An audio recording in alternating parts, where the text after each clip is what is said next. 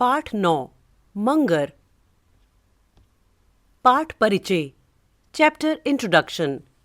प्रस्तुत पाठ अत्यंत स्वाभिमानी, बलिष्ठ, कर्मठ, स्वामी के प्रति अटूट निष्ठावान मंगर के जीवन पर आधारित है। उसकी वृद्धावस्था में उपेक्षित होने पर क्या स्थिति हो जाती है, लेखक ने इसका अत्यंत सजीव चित्रण किया है।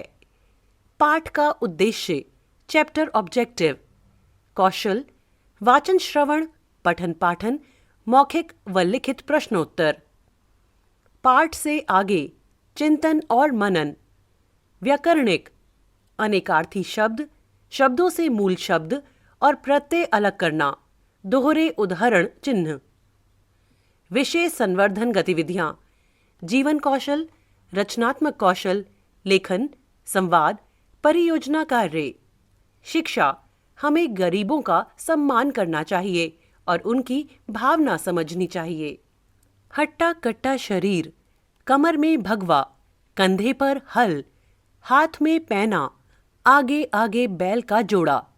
अपनी आवाज के हाहास से ही बैलों को भगाता मेरी खेत की ओर सुबह सुबह जाता। जब से मुझे होश है मैंने मंगर को इसी रूप में देखा है।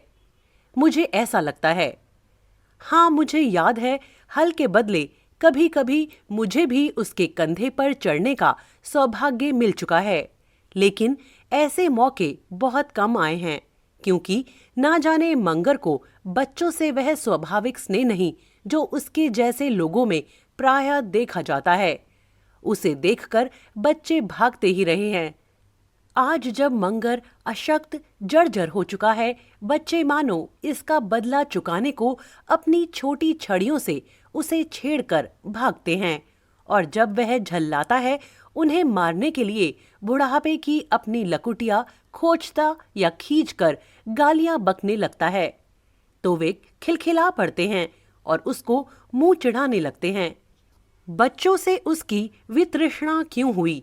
शायद इसलिए तो नहीं कि उसे जो एक बच्चा नसीब हुआ वह कमाऊ पूत बनने के पहले ही उसे दगा देकर चल बसा, और जो उसकी एक बच्ची थी जिसकी शादी में उसने इतनी दरियादिली दिखलाई, लेकिन एक बार मुसीबत काटने उसके दरवाजे वह पहुंचा तो दामाद ने ऐसी बेरुखी दिखलाई कि मंगर का स्वाभिमान उसे वहां से जबरदस्ती भगा लाया। मंगर का स्वाभिमान, गरीबों में भी स्वाभिमान, लेकिन मंगर की खूबी यह भी रही है, मंगर ने किसी की बात कभी बर्दाश्त नहीं की और शायद अपने से बड़ा किसी को मन से माना भी नहीं। मंगर मेरे बाबा का अदब करता था, शायद उनके बुढ़ापे के कारण। सुना है मेरे बाबूजी को वह बहुत चाहता था, शायद उनके नेक स्वभाव के कारण। ऐसा क्यों? उसका खास कारण मंगर का हट्टा कट्टा शरीर और उससे भी अधिक उसका सख्त कमाऊपन, जिसमें ईमानदारी ने 4 चांद लगा दिए थे। जितनी देर में लोगों का हल 10 कट्टा जोतता, मंगर 15 कट्टा जोत लेता, और वह भी ऐसा महीन जोतता कि पहली चास में ही सिराऊ मिलना मुश्किल। मंगर को यह बताने की जरूरत नहीं कि कल किस खेत में हल जाएगा, वह शाम को ही सारे खेतों की आर पार घूम आता, और जिसकी ताक होती वहां हल लिए सुबह सुबह पहुंच जाता। जुताई के वक्त किसी की देखरेख की भी जरूरत नहीं। आम हलवाहों के बीच किसान लठ लेकर पड़े रहते हैं, और तो भी वे जी चुराते, ढिलाई करते, आज का काम कल के लिए छोड़ते। यह आदत मंगर में थी ही नहीं। यूं ही रखवाली चाहे हरी फसल की हो या सूखी पसही की, खलिहान में चाहे बोझों की सील हो या अनाज की रास, मंगर पर सब छोड़कर निश्चिंत सोया जा सकता था।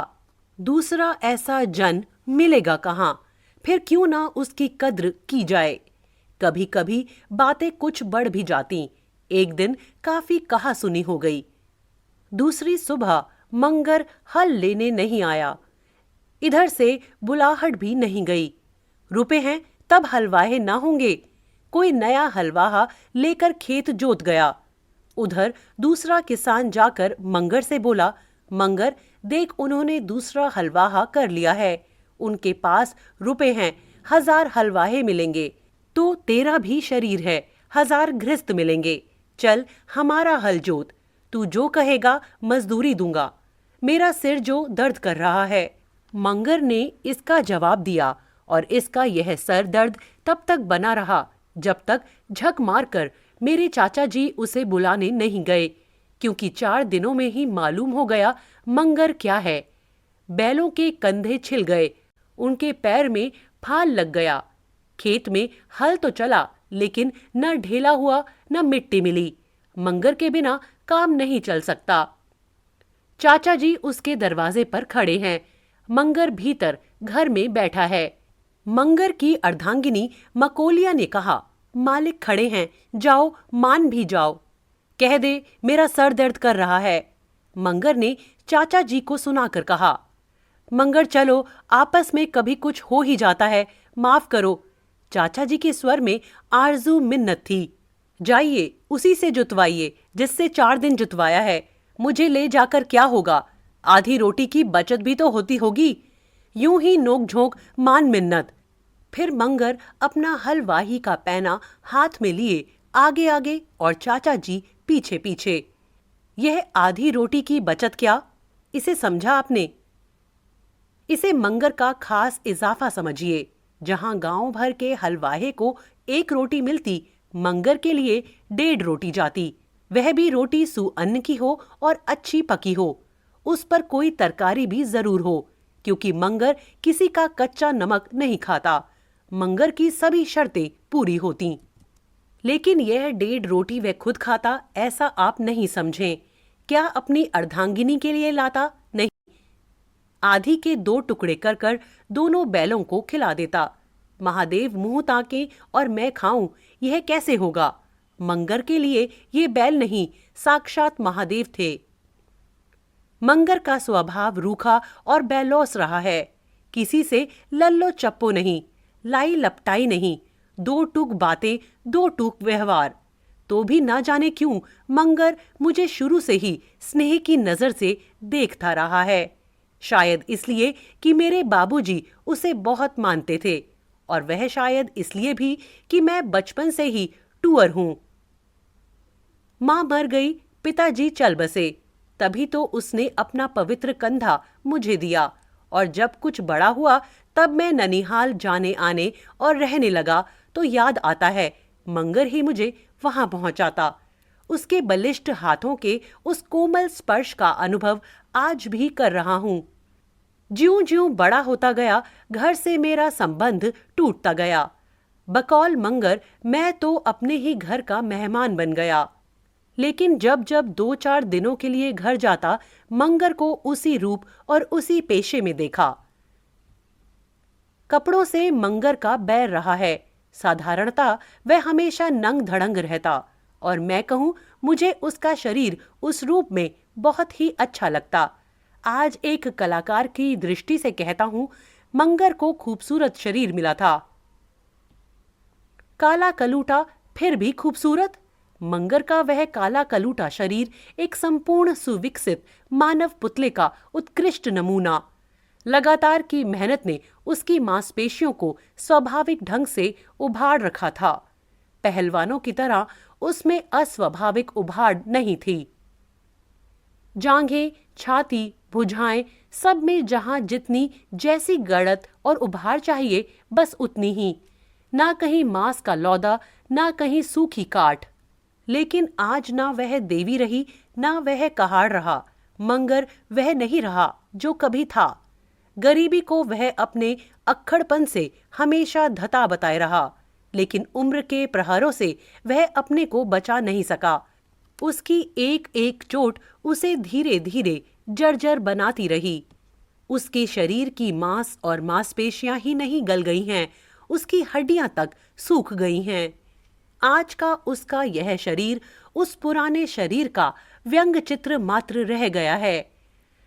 बुढ़ापे के प्रहारों के लिए जो ढाल का काम करती, उस चीज का संग्रह मंगर ने कभी किया ही नहीं। कोई संतान भी नहीं जो बुढ़ापे में उसकी लाठी बनती। उसने इस निरस्त्र कवचहीन योद्धा पर वे सभी तीर छोड़े जो उसके तरकस में थे। मंगर बुढ़ापे के कारण हल चलाने के लायक नहीं रह गया, तो कुछ दिनों तक उससे कुछ फुटकर काम लिए गए, लेकिन यह भी ज्यादा दिनों तक नहीं चल सका। अब एक ही उपाय रह गया था, उसे पेंशन मिले। लेकिन हलवाहों यथार्थ अन्नदाताओं के लिए पेंशन की हमारे अभागे देश में कहाँ व्यवस्था है, और व्यक्तिगत दया का दायरा तो हमेशा ही तंग रहा है। फिर मंगर में जली हुई रस्सी की वह ऐंठन और शायद गर्मी भी है, जिससे दया का बादल हमेशा ही उससे दूर दूर भागता रहा है। उसकी अर्धांगिनी मकौलिया, मंगर की आदर्श जोड़ी, वही जमुनिया रंग काली कहकर मैं उसको अपमान क्यों करूं? कुछ हाथ पांव चलाकर संग्रह कर लेती और दोनों प्राणियों की गुजर चला पाती है, लेकिन यह भी कब तक, क्योंकि वह बेचारी भी दिन दिन खींचती जाती है। मकोलिया मंगर की आदर्श जोड़ी, शारीरिक ढांचे में ही नहीं स्वभाव में भी। मुंह का बैलौस या फूहड़ कहिए, लेकिन मकोलिया वही नहीं रही। किसी का बच्चा खिला दिया, किसी का कुटान पिसान कर दिया, किसी का गोबर पाथ दिया, किसी का पानी भर दिया, और जो कुछ मिला उसमें पहले मंगर को खिलाकर आप पीछे खाने बैठी। किंतु इतना करने पर भी वह हमेशा मंगर की फटकार सुना करती है। मंगर पुरानी झड़प अब ज्यादातर इसी पर झाड़ता है। भगवान की मर्जी कहकर मंगर जिसके नाम पर अपनी मुसीबतों के बिसर जाने का प्रयत्न करता, उस भगवान ने पर साल उसकी और दुर्गत कर दी। उसे जोरों की अधक पारी उठी। मकौलिया उसकी चिल्लाहट से पसीज किसी दया की मूर्ति से दालचीनी मांग लाई और उसे बकरी के दूध में पीसकर उसका लेप उसके ललाट पर कर दिया। बाईं पुटपुटी पर और आंख पर भी लगा दी। मंगर ने लेप की पहली ठंडाई अनुभव कर कहा, मकोलिया हुक्म बजा लाई, लेकिन यह क्या, जहां जहां लेप था वहां अजीब जलन शुरू हुई। जलन जख्म में बदले और जख्म ने उसकी एक आंख ले ली। जब मैं घर गया, बबुआ जी मेरी एक आंख चली गई, मैं काना हो गया। मंगर रोने लगा। शायद मंगर को मैंने ही पहली बार रोते देखा। मैं उसे ढांढस दे रहा था, लेकिन मेरा हृदय। और विपदा अकेली कब रही। पिछले माघ में मैं घर पहुंचा। सुबह धूप निकल आई थी, लेकिन अपने चिर अभ्यास के अनुसार मैं आंखें मूंदे रजाई से लिपटा पड़ा था। थोड़ी थोड़ी देर पर कुछ गिरने की सी धम धम की आवाज होती रही। रजाई मुंह से हटाकर आंखें खोली, देखा सामने पुआल के टाल के नजदीक एक काला सा अस्थि पंजर बार बार खड़ा होने की कोशिश करता और गिरता है। यह क्या, चौंक कर उठा, उस ओर बढ़ा। यह तो मंगर है। सुना था मंगर को अर्धांग मार गया है। देखा आंखें सजल हो उठी। निकट गया, उसे संभाला, फिर कहा, मंगर पड़े क्यों नहीं रहते, ये कैसी चोट लग रही होगी। पड़े पड़े मन ऊब जाता है बबुआ, मंगर ने जवाब दिया। उफ, नसें ढीली पड़ गईं, खून का सोता सूख गया। लेकिन मानो अब कभी उसमें तरंगे उठती और किसी सूखे सागर की तरह बालू के तट पर सिरधुन पछाड़ खा गिर पड़ती हैं।